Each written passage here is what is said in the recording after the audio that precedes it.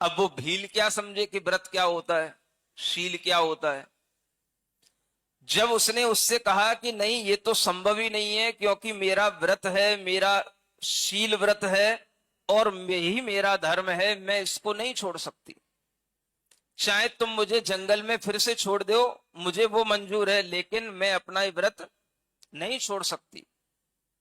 तो वह भील राजा के मन में यह बात सुनने के बाद में भी उसके विचारों में नहीं आई कि हमें इसके व्रतों से इसे दूर नहीं करना चाहिए, क्योंकि भील तो भील ही होता है, उसे किसी के नियमों से, किसी के व्रतों से क्या प्रयोजन।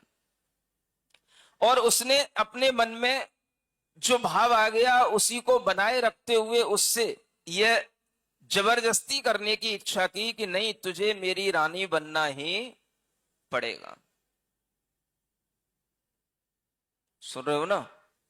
अब क्या हो सकता है, कभी कभी जंगलों में भी कोई ऐसे देव आदि होते हैं जो धर्मात्मा जीवों की रक्षा करने के लिए उपस्थित हो जाते हैं। सुन रहे हो, बोलो तो। किसकी रक्षा? जिनके पास अपना कोई धर्म होता है, अपना कोई व्रत होता है, उनकी रक्षा भी अनेक बार देव लोग कर लेते हैं, लेकिन वह कब करते हैं?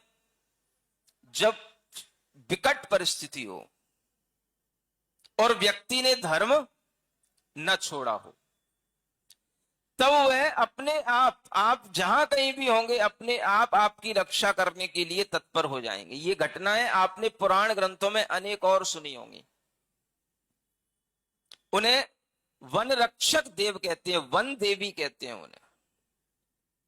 उस भील के द्वारा जब ये जबरदस्ती का भाव उस अनंतमती के साथ किया गया, तो उस समय पर वह वन देवी अचानक से प्रकट हो गई और एक बिजली की तरह उसके भील के सामने आकर के कौंधी, और वह भील गिर पड़ा, मूर्छित हो गया, और वह अनंतमती को वह वहां से निकलने का, जाने का एक मौका मिल गया, और देवी ने उसे रक्षा करके आगे तक का रास्ता दिखा दिया।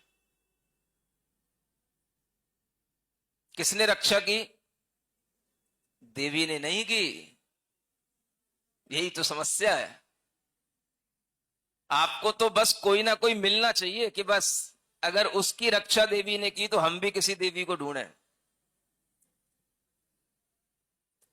देवी को ढूंढ करके आप उनके चरणों में कितनी भी चढ़ौती चढ़ाओगे, उससे कोई रक्षा करने के लिए आपका वो कभी मन नहीं बना सकती कोई देवी।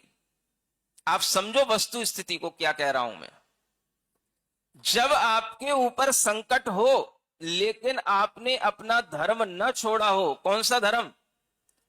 जो आपने व्रत लिया हो वो धर्म, जो निर्ग्रंथ मुनियों की आपने शरण में कोई संकल्प लिया हो वो धर्म, अथवा जिनेन्द्र भगवान की आराधना करने वाला नमोकार मंत्र का धर्म अगर आपके पास में है, तो कोई भी देवी, कोई भी देव आपकी रक्षा करने कहीं पर भी आ सकता है। आपको उसके पास जाने की जरूरत नहीं है। जो देव और देवियों के चक्कर लगाएगा, उनके पास जाएगा, उनकी तरफ तो देवी देवता ढूंढते ही नहीं, देखते ही नहीं। समझ में आ रहा है?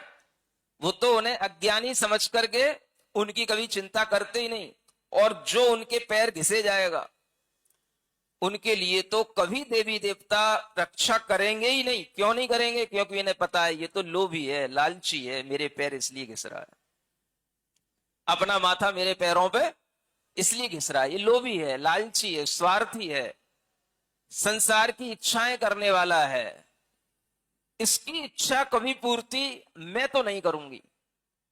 कोई भी देवी, कोई भी देव कभी किसी भी व्यक्ति की लालसाएं, इच्छाएं कभी पूरी नहीं कर सकता। अगर कभी आप संकट में पड़े हैं तो आपकी लिए रक्षा देव देवी करने तब आएगा जब आप देवी को ना बुला रहे हो। किसको बुला रहे हो? नमो अरिहंताड़म।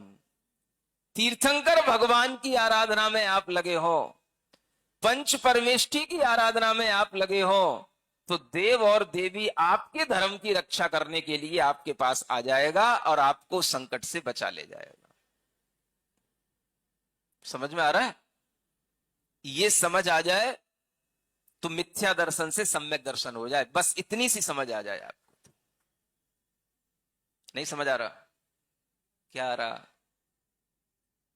मिथ्या दर्शन और सम्यक दर्शन में इतना ही अंतर है।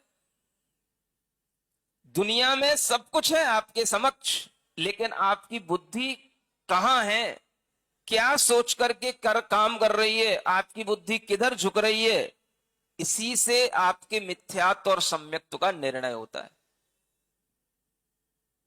तो मिथ्या दृष्टि जीव हमेशा देव देवियों की चक्कर लगाता है, उनकी सिद्धियों में, उनकी स्तुतियों में पड़ा रहता है, और वह कभी भी तीर्थंकर भगवान की ओर नहीं देखता, क्योंकि उसे पता है मेरी इच्छा कौन पूरी करेगा।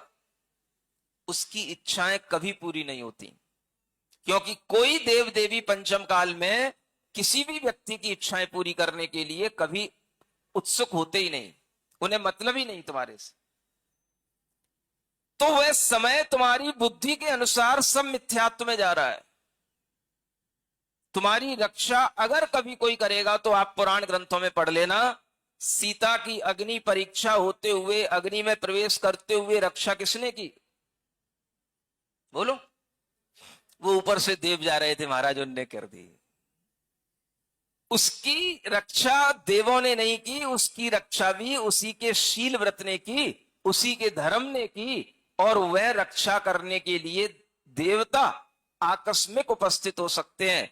अगर आपके नियम में, आपके संकल्प में और तीर्थंकरों के प्रति भक्ति में आपकी दृढ़ता है, तो देव आपके सामने आकर के आपको संकट से दूर ले जा सकते हैं। इसका नाम है सम्यक दृष्टि जीव की विचारधारा। सुन रहे हो?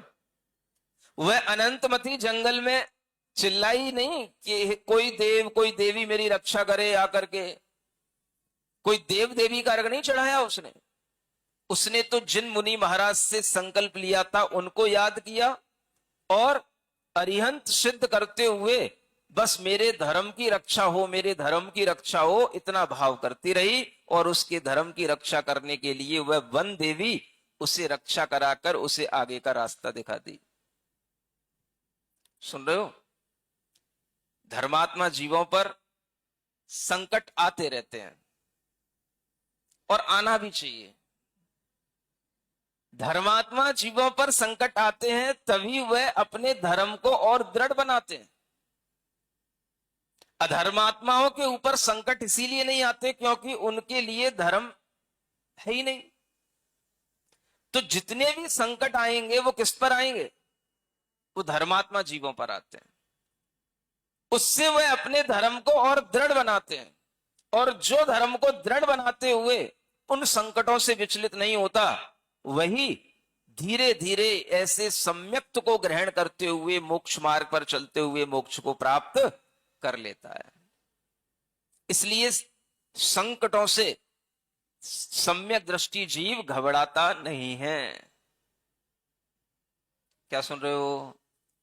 विपत्तियों से धर्मात्मा जीव घबराता नहीं है। वह उन विपत्तियों में और अधिक धर्म करते हुए उन विपत्तियों का सामना करता है। अब भील से तो बच गई, सुन रहे हो? अब कहां पहुंची? चलते चलते वह जंगल